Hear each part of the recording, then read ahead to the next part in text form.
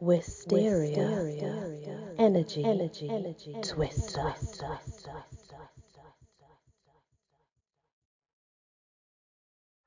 Hello everyone, welcome back to my channel, Bite Size Stories.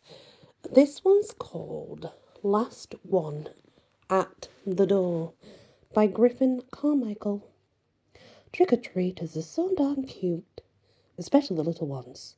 The ones who can barely walk or are carried in the mother's arms, all dressed up as clowns or pumpkins. Most of them are in big groups these days because of the weirdness that some people get up to. Can't be too careful, as they say.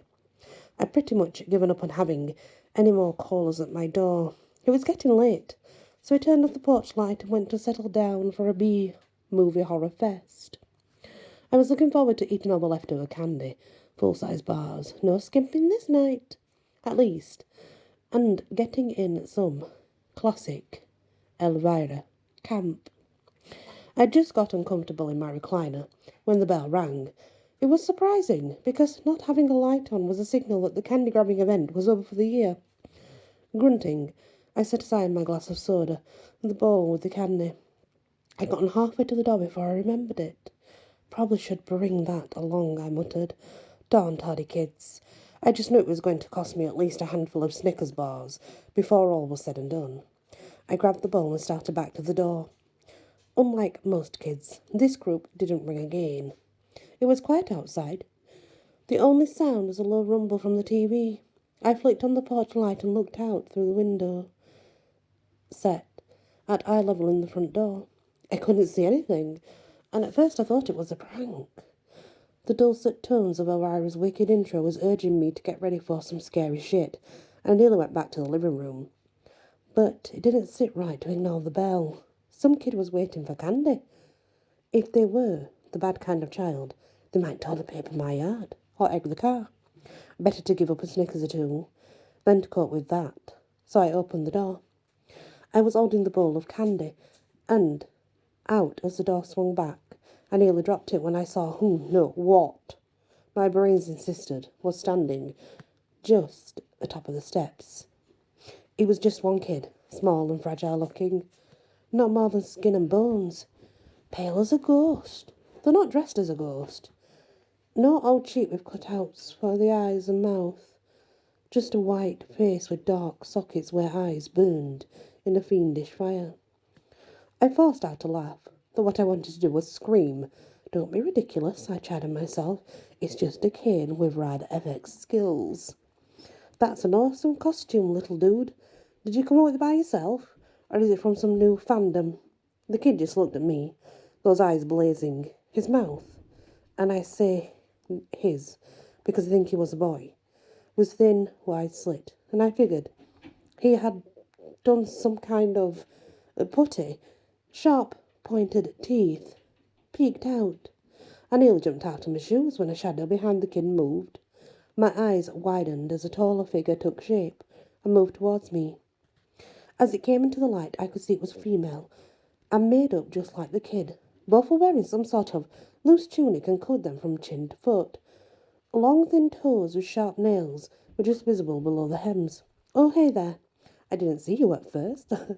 You know, we don't always get mums who dress up with their kids, at least. Not at this level. Do you guys do cosplays? I've done a few conventions. Maybe we've been to the same ones. The kid's mother shook her head. No, I'm afraid not. This is a special night for us. Her voice was barely louder than the breeze that brought a chill to my skin. For an instant, I lost track of what I was doing. I shook myself and realised I was clutching the ball of candy like a preserver. My hand trembled as I held it out. Well, Halloween is special for kids, isn't it?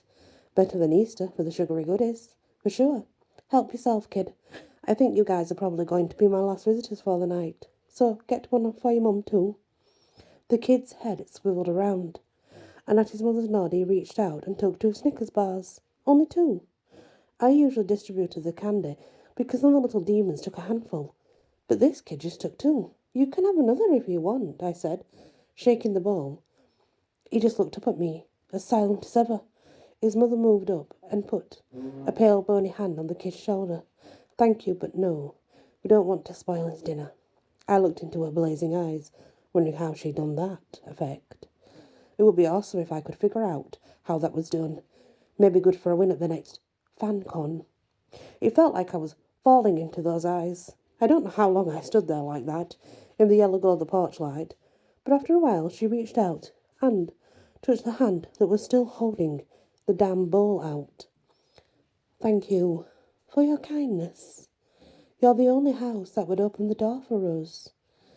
Hey, no problem. Opening doors for all little monsters is what it's all about, after all. Later, while I was watching Elvira's cleavage do some amazing things on a flat screen, I realised I never found out what their costumes were meant to be. Guess I'll have to ask them next year. The end. And that's the end of that bite-sized tale. I'm assuming aliens or the black-eyed people, maybe, I don't know. Something like that, anyway. Thank you for listening, and many blessings. Wysteria. Energy. Twister.